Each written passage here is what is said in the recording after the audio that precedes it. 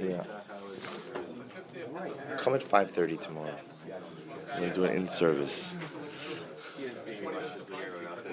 All right, I will say good morning, good morning, good morning. Welcome back to everyone who's back for Pesach. Welcome back to Alan.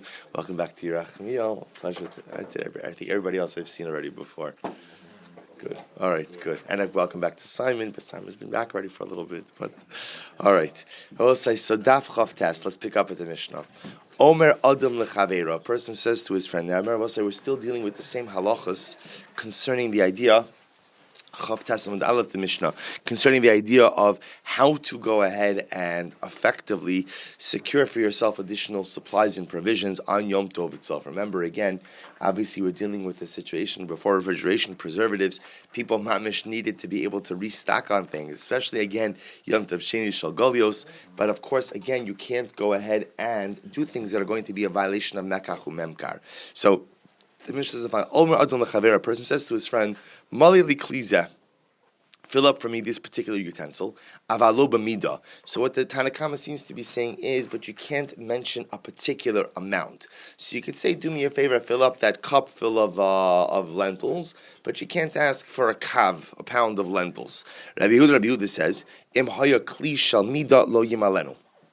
Rabbi Yehuda says, however, if it is a measuring utensil, you may not go ahead and fill it up. Ma'aseh ba'abashal ben botnis. So also Rabbi Yehuda, we'll see in the Gemara what the machlok is. Tanakam Rabbi Yehuda. Rabbi Yehuda seems to be saying is, even without the mention of an explicit measure, you still can't use a specific measuring utensil. Ma'aseh ba'abashal ben botnis. There was a story with Abashal ben botnis. Shayim emali midosa me'erev Yom Tov. He would go ahead and fill up. Rashi says, he would fill up already pre-measured amounts prior to Yom Tov. And this way, again, when people would come into his store to go ahead and purchase it on Yom Tov, he would, or I should say, take possession of it on Yom Tov, he would be prepared already to give it to them. Abba Shaul says, Af b'moed osekein. Truth is, so now we'll say this is Abba Shaul commenting on Abba Shaul ben Botnis' behavior. So Abba Shaul says that Abba Shaul ben Botnis would even do this on Cholamayid. Why? Mipnei beirure hamidos. To avoid the foaming of the measures. The Rebbe say we'll see this in the Gemara, but essentially what this means is the following. So Beirur Hamidos means that when you would pour wine, I guess that do with the quality of the wine they had then. So if you can imagine today, I guess the equivalent would be like with soda, right? So when you pour soda, so remember again, I could ask for a glass of soda. And what happens?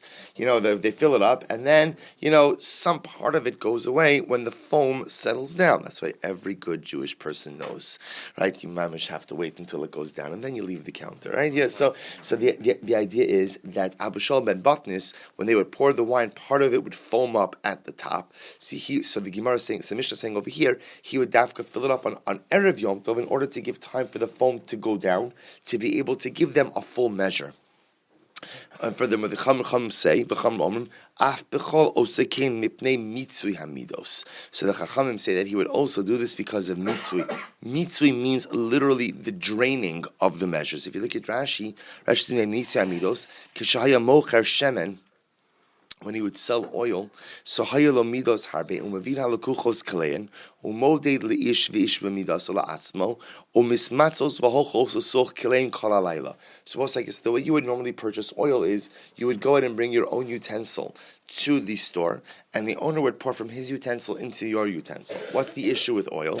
The issue with oil is that, again, oil, some of it remains on the sides of the kli, on the sides of the utensil from which you're pouring it from. So for argument's sake, if you buy a liter of oil, you don't really get a liter of oil because there's some of that oil that remains behind on the utensil of the seller. What Abba Botnis would do is if somebody wanted to buy a liter of oil, they would come into the store that afternoon. He would drain his utensil into their utensil, and he would leave his utensil suspended over the other to purchase his utensil overnight, so as to allow all of the oil to drain out. He wanted to make sure to give his customers the full measure of oil. Says the Gemara, Maya v'alobimi. This Rebbe say the Mishnah records a machlokes between the Tanakam and Rabbi Yehuda. So Tanakama says that when you go to purchase something, you go to secure provisions on Yom Tov, you can say to the merchant, fill up this utensil, avalo b'mida. But apparently you may not ask for a specific amount. You can't ask for a specific measure. Because again, according to Tanakama, that would resemble mekach umemkar, that would resemble business dealings, and that you can't do. Rabbi Huda comes along and says, Im haya kli shel mida lo yimalenu. If it's a utensil that's used for measuring, you may not use it. So the Gemara is trying to figure out, what does that mean? What does Rabbi Huda mean when he says avalo b'mida? Amar Rabbi Huda Amar Shmuel, avalo b'kli hamiyuchad lemida. What Rabbi Huda is coming along to say is, even if you don't make any mention of an actual measurement, you may not use. I can't walk into the store and tell the merchant to fill up my measuring cup. That you can't do. You can't go ahead and use at all a cup that's used for specific measuring. However, avakliya omed lemida yimalenu. But I will say, here's what's interesting. So apparently, Rabbi Huda is making a chilik between what we call a kli hamiyuchad lemida and a kli haomed lemida. A kli hamiyuchad lemida is a utensil that's actually used. Rashi says over here, ha'omeid lemida shemodet umocherbo. It's used for measuring, it's used for selling. However, ha'omeid lemida shlechishi yishaber zeh tachtov aval adayin lo modad. So also it's very interesting. So according to Rabbi Huda, so you can't go ahead and use a measuring utensil that's already in use.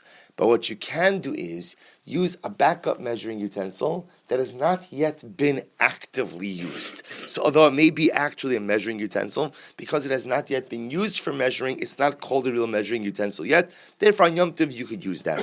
So I will say that's the Tanakama. And Rabbi Huda comes along and says, Afilu kliya omi lemida lo yimalenu.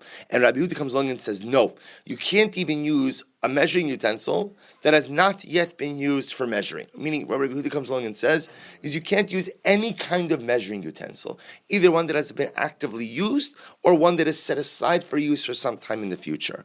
Alma gabi simchas yom de Rabbi Huda l'chumra v'Rabbanan l'kula. So what do you see from here?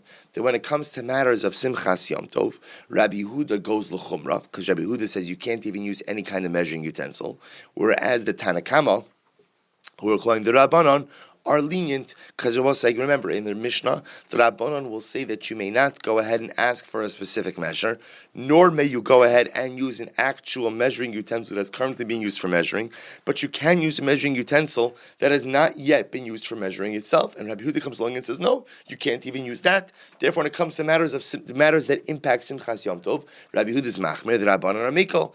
Is that true? But we learn the opposite. This nan, Rabbi Huda says, Shokel Adam Basar Keneged Akli, Ukeneged Akofitz. Yet we learned, Rabbi Huda says, also we learned this a little bit earlier, that Rabbi Huda says, if you want to measure out meat on Yom Tov, what can you do? You can go ahead and put a piece of meat on one side and put a utensil as a counterweight. You want to see how much meat you're actually going ahead and measuring. You could put a counterweight on the other side of a kli, of a utensil. A kofitz literally means a cleaver. The Chacham say, Ein mashkichim bekaf ma'aznayim kol ikar. And the Chacham say what? You may not use a scale at all on Yom Tov. Rabbi Huda l'kula, Rabbanan l'chumra. Therefore, you see from here that what? That when it comes to matters of Simchas Yom Tov, Rabbi Yehuda is meikal and the Rabbanan are machmir. It's a contradiction. Kashet Rabbi Yehuda, Kashet Rabbanan. So also again, it would appear from our Mishnah that Rabbi Yehuda is machmir by Simchas Yom Tov and the Rabbanan are meikal, and yet it appears by the case of the scale that Rabbi Yehuda is meikal and the Rabbanan are machmir. So which one is it? To which the Gemara says Rabbi Yehuda lo kasha. Rabbi Yehuda is contradicting himself. Why not? Hasam b'she'ena omeid lemida. It's very simple. In the case of the scale, the item that you're using as the counterweight is not something that is set aside for use as a counterweight. Because it's not set aside for use as a counterweight, therefore, again, using it as a counterweight does not appear to be an act of mekach umemkar, does not appear to be an act of commerce. Therefore, you're permitted to do it. Hacha ba'omeid lemida. But here, Rabbi Huda is saying you can't use the measuring utensil, even if what? Even if it's never actively been used for measuring before. Why not? Why not? Because Lamaisa, again, it is a utensil actively used for measuring. So because of that, again, that resembles mekach umemkar, resembles commerce. The rabbis not contradicting themselves either. Why not? Hasam ka'avid ka'avdin b'chol. Hacha lo ka'avid ka'avdin b'chol. So Rabbanan say the following. We'll say if you look at Rashi, ka'avdin b'chol, but ma'oznaim Pamim shein halitra lefanav the chayvan shiodeh mishkal kelev shakav. We'll say here's the difference. The Rabbanan will say we don't allow you to use the utensil as the countermeasure in the case of the scales. Why? That's what's called uvdin dechol. It resembles a weekday activity. What does it mean? It resembles a weekday activity. The Rabbanan say if a merchant, if a store owner does not have readily available weights, it's very common that he'll use a utensil which he knows the weight of to be his countermeasure. It's not an out of the ordinary thing. So because that is considered to be a normative act of the way he conducts his business, that's called uvdin dechol. It resembles weekday activity, therefore it's going to be answer. But over here, say the Rabbanon, this is not uvdin dechol. Why is it not uvdin dechol? Because since this utensil has never been actively used for measuring, the Rabbanon will say it's not labeled as a measuring utensil, and therefore it's going to be okay. Rava says no. Rava has a different interpretation. So also remember, all of this now is trying to figure out what Rabbi Yehuda in the Mishnah meant by the phrase avalo b'mida. Comes along Rava, and Rava says, "My avalo b'mida." What does it mean? What does it mean? Rabbi Yehuda says that you may not use a midah. Shelo yiskar lo shem midah. What Rabbi Yehuda means to say is what? You may not make any mention of a specific measurement. You may no mention of a specific measurement of item, of product which you are trying to purchase. But if you have a measuring utensil, yimalenu, that's fine. And I will say that's the Tanakama. So Tanakama says, we don't care what kind of utensil you use. You can use a measuring cup, not a measuring cup. That doesn't matter to us. What matters to us is what? Is what you say. You may not go into a store on Yom Tov and go ahead and make an arrangement with the owner to purchase a kav or to purchase a litra. Those are measurements you can't do because, again, that resembles mekach umemkar, that resembles ultimately commerce, that resembles, again, uvdin dechol, that you can't do. However, again, to use a measuring utensil, that's fine. Rabbi Yehuda comes along and says, no. Rabbi Yehuda comes along and says, no, you may not use any kind of measuring utensil. Rabbi say, so again, this is a different version now of Rava. So Alma, what do you see from here? I think you want to ask the same exact kasha. Alma, so what do you see for Rabbi say? That when it comes to matters that impact the enjoyment, celebration of Yom Tov, Rabbi Yehuda is stringent, and the Rabbanan are mekel. But we learn just the opposite. Tisnan. We'll say, just repeating what we just said before. Rabbi Yehuda says, "Shokil adam basar keneged akli ukeneged akofitz." V'chachamim omrim ein mashkichin bekaf maznaim kol ikar. Rabbi Yehuda says, that you may measure out a piece of meat using on Yom Tov, using a utensil as a countermeasure. Whereas the Rabbanon say, Chachamim say, you may not use a scale at all. Therefore, what do we see from here? Am Rabbi Yehuda l'kula v'Rabbanon l'chumra. Therefore, what do we see from here? That Rabbi Yehuda is lenient and the Rabbanon are stringent. Kasha Rabbi Yehuda, Kasha the Rabbanon. So also again, contradiction. So in one case, again in our Mishnah, it appears that the Rabbanon are mekel by matters concerning Simchas Yom Tov, and Rabbi Yehuda is machmir. And yet here, by the case of the scale, Rabbi Yehuda is mekel and the Rabbanon are machmir. So which one is it? To which the Gemara says Rabbi Yehuda lo kasha. There's no contradiction between Rabbi Yehuda. Why? Hasam b'she'eno miyuchad lemida. Here's the difference. The countermeasure, using the utensil as a countermeasure, the utensil is not something that is actively designated for weighing purposes. The fact that merchants may sometimes use it is fine, but it's not something actively designated for, or actively set aside for commerce, weighing, measuring purposes. Therefore, again, L'maisa Rabbi Yehuda allows you to use it as a countermeasure on Yom Tov. However, again, but in the case of our Mishnah over here, of the kli, of the measuring utensil, so miyuchad lemida. Here it is something that is actively used for measuring, and therefore it's going to be problematic to use it on Yom Tov. And according to the Rabbanon, also there's not a kasha. Hasam ka'avid ka'ovdin dechol. So we'll say here's the difference. According to the Rabbanon, in the case of the scale, so what we just said before, you're doing exactly what you do during the week, meaning, as we said before, it's not uncommon for a merchant, if he doesn't have his weights right in front of him, to go ahead and use the kli. However, hacha lo ka'avid ka'ovdin dechol. But over here, again, by using the measuring utensil, without any kind of mentioning of the actual measurement, that's not called uvda dechol. To which the Gemara says, why? Not only that, I will say, but here's what's interesting. What the Gemara is going to suggest over here is that people used measuring utensils all the time, even for things for non-measuring purposes. Right? For example, the Gemara says, "Da avdi inchi de mekarvi chamra b'mana dekila v'shasu." People serve their friends glasses of wine in measuring utensils all of the time. Or in other words, what the Gemara is pointing out over here is that lemaisa, people used measuring utensils really as regular utensils as well. So if I didn't have a clean glass in my cupboard, then I have no problem going ahead and giving my company a drink of wine in my measuring utensil as well. Because again, this measuring utensil is used for regular consumption purposes also.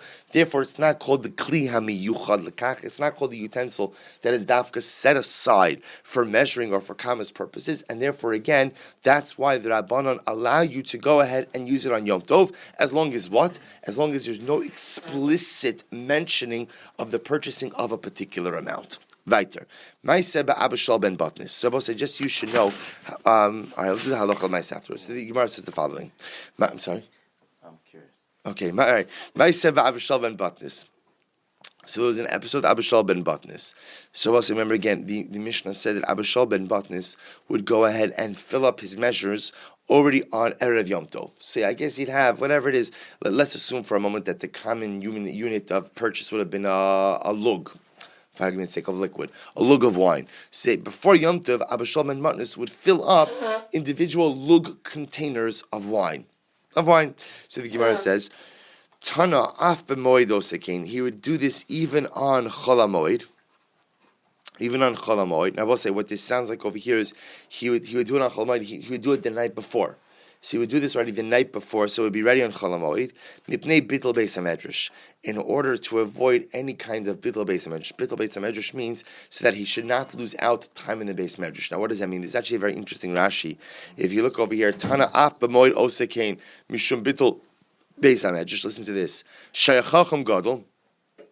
Abishal ben Batnis was a great Talmud Chacham. I will say what's fascinating about this, by the way, is he was a great Talmud Chacham, and he ran a store. And I will say, I want to tell you something interesting. Whenever people see things like this, so they always use this like as a raya. It's a little. Sometimes people use it as like an underhanded shtach to elements within the Jewish community that say that you can't work. All you could go ahead and do is learn, because if you work and you learn. But also, remember, the shtach goes both ways. What it also says is, yes, you have to have a parnasa. What it also says is, even if you have a parnasa and you work full time, you have no excuse not to be an outstanding Talmud Chacham. So, meaning, yes, it applies those who think that you can only learn Torah and not work. Not true. Abishal did it. Abishal done it, so you could do it also. Those who think that just because you work 9 to 5, 9 to 6, 9 to 8, 5 to 7, whatever time you work, that you can't be an incredible Talmud Chacham, Abishal ben Batnis is going to be waiting for you after 120 at the pearly gates and is going to say, if I did it, so could you. So the Gemara says, Taner Abanan, hu kines shlosh meos garbe yayin mebirure hamidos. We'll say this is actually an amazing Gemara. So remember, what we see about Abishal was the following. Abishal was someone who was very careful with, actually this is just past week's parsha, with weights and measures. Specifically what he was concerned about was, with wine and with oil, he wanted to make sure that because the wine froths up, if that's the right term, froths up at the top, he would pour it early to make sure that he would give his customers the full amount, and the oil he would make sure drained from the sides of the kli. So listen to this. Hu kines shalosh meos garbe yayin mibirure hamidos. V'chaverav kinsu shlosh meos garbe shemen mimitzui hamidos. V'yeviu lifnei hagizbran l'Yerushalayim. Listen to this, Rabbi. So what happened? Abishal ben Batnis apparently didn't always engage in this practice. For some reason, he realized later on in his career that all these years he had been giving them we'll call it a lug of wine, but he wasn't really giving them a lug of wine. Why? Because let's say we'll call it an ounce at the top wasn't really wine. What was it? It was froth. So he did the calculations, he realized that over the years, he probably accumulated for himself 300 barrels of wine. Meaning, based on that extra wine that he did not give them, he calculated that he gave him an extra 300 barrels of wine, and his fellow merchants who were also meticulous about this, realized that they accumulated about 300 barrels of oil. So what happened? V'hevium lifnei hagizbar Yerushalayim. So Abishol ben Batnis and his friends did not want to benefit from this, that what they felt was an ill-gotten gain, and so they brought it to Yerushalayim. Amar lahem, so the Gizbar, the temple treasurer, said to them, Iatem zukukim lekach. You don't have to do this. Meaning what the Gizbar was saying is you have to understand something. When people purchase wine, they know that when you purchase a lug of wine, that what? That's what? You're not getting a lug of liquid. Everybody knows that. You're getting whatever it is, 98% wine and 2% froth. That's understood. And people know that when you buy a lug of oil, you're not really getting a lug of oil. Why? Because some of the oil adheres to the walls of the cellar's clean. Meaning it's understood, I'll say, no different than certain things when you buy today, when you realize that you're not getting the whole amount. Again, not because, God forbid, the merchant is cheating you. Chas v'sholom. It's just the way that buying and selling happens. So essentially, the Gizbar says to Abishol ben Matnas and his friends, what are you doing here? It's your wine. It's not ill-gotten gains. Okay, this is the way of commerce. Amar lahem, af anu ein rutzaneinu b'kach. Well, says him so amazing. Abishol ben Batnis and his friends said, you know what? We don't want it. We don't want to benefit from something that to us does not feel yasher. We understand that it is yasher, and we understand that we're entitled to it. We don't want to get benefits from it. Amar lahem, hoel v'echmartem al atzmechem, asu mehem tzarchei rabim. So the Gizbar said, okay, listen, if you don't want to get benefit from it, if you feel strongly about this, my suggestion to you is use this wine, use the proceeds from the sale of this wine for some type of tzarchei rabbim, for communal benefit. This sign, Rabbi say, now where did the Gizbar get this from? This is very interesting. Gazel ve'eni odeh li mi gazel. Rabbi says, an interesting halacha. If you stole from someone, and I want to now do tshuva, but what? I don't know who I stole from. I don't know who I stole from. I stole from a group. I don't know who the group is. I don't know who I stole from. So we'll say, so what do you do with that money? You should do something of communal benefit with that money. So we'll say, what's an example of something for communal benefit? Boros, sichin, uma'aros. So we'll say boros are water holes, sichin are ditches, ma'aros are caves. We'll say these are all water reservoirs. So boros, again, are drinking holes. Sichin and ma'aros are reservoirs for water. So you should do something of communal benefit. Okay. Ad berei Rav Chisda l'Ravna Ukva.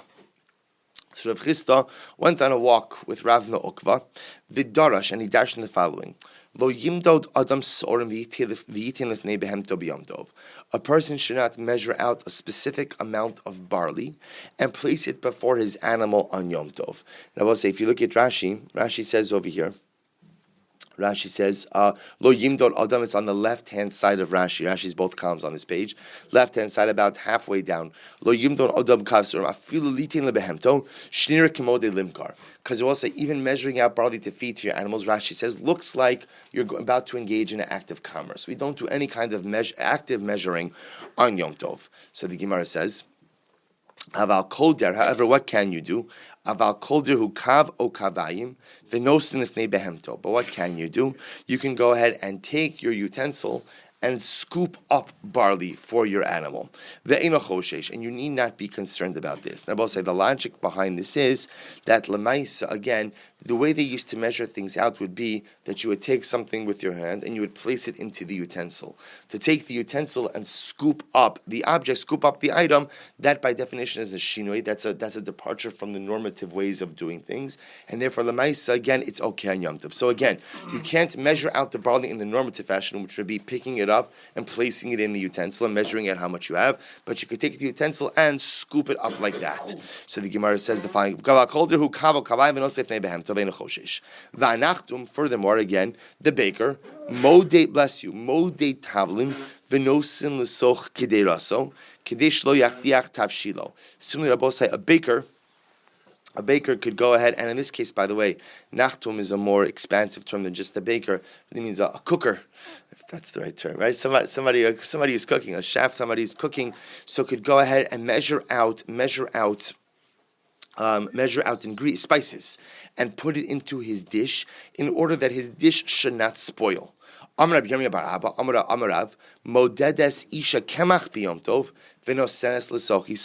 a woman could go ahead and measure out flour on Yom Tov that she will need in order to be able to bake her bread.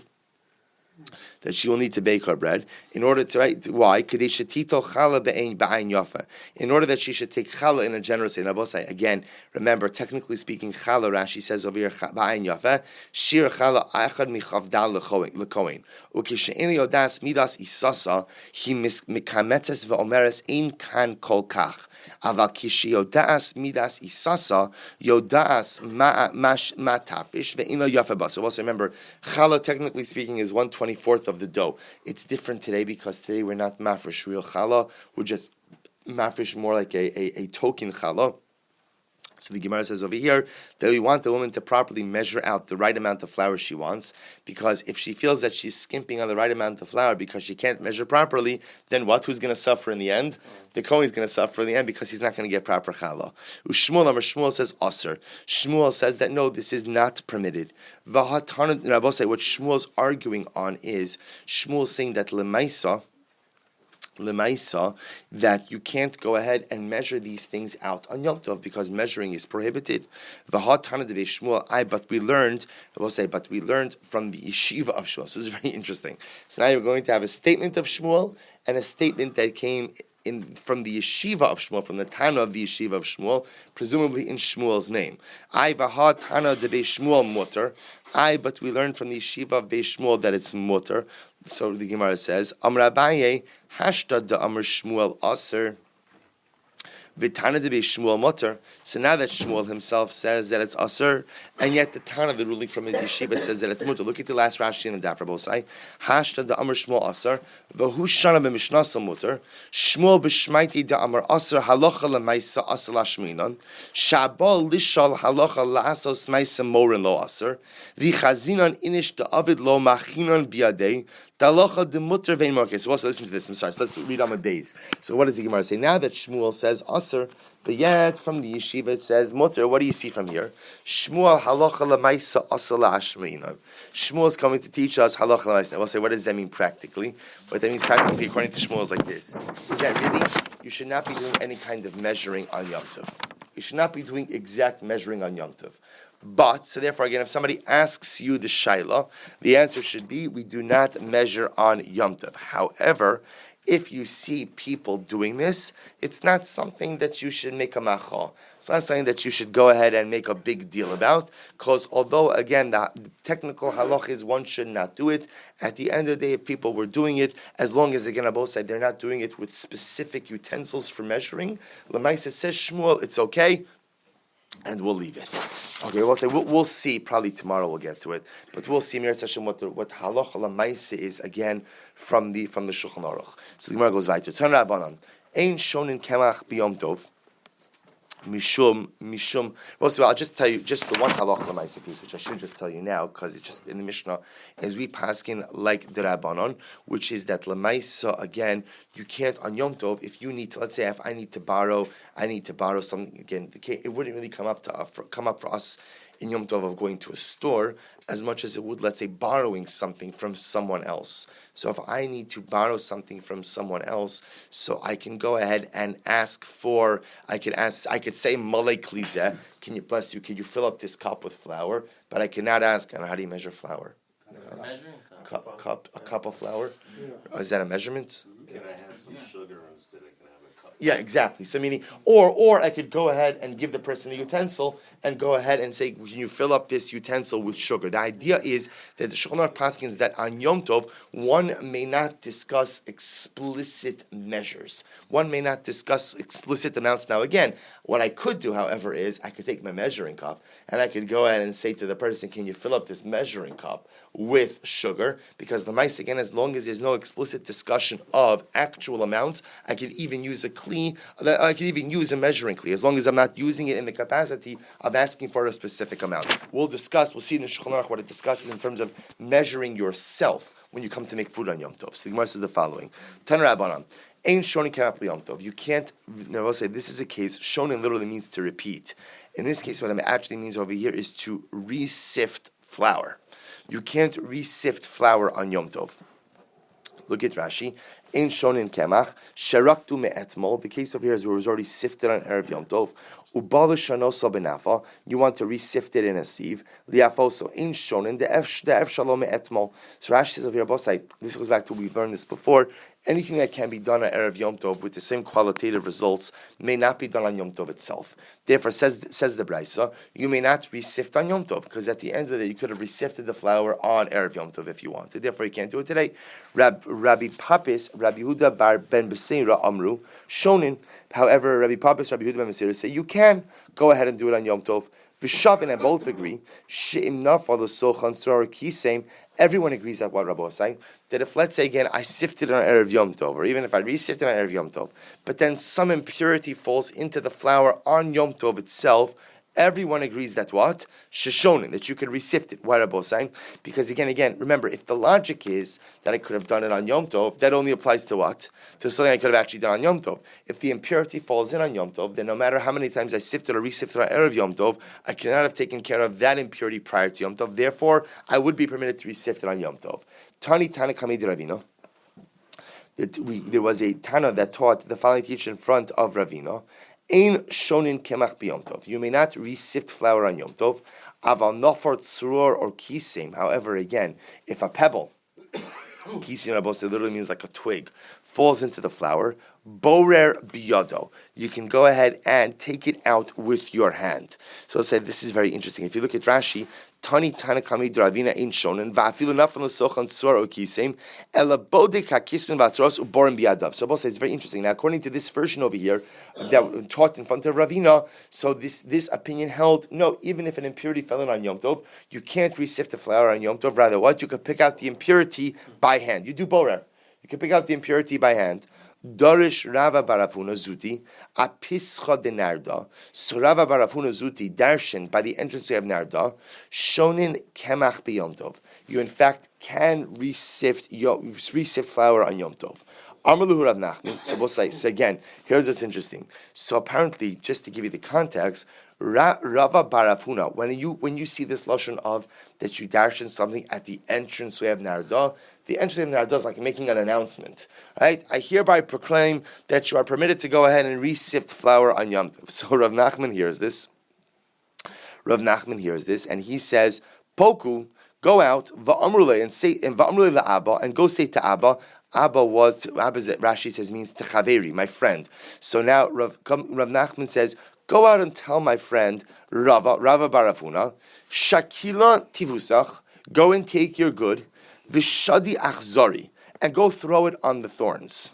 Puk chazi, because go out and see kama mahalusa, how many sifters hadran benarda are re-sifting in Arda. In other words, Rabbi saying, what Rav Nachman was saying to Rava Barafuna is shekoyach, right? It's very nice of you to show up in Arda and proclaim that you could re-sift flour.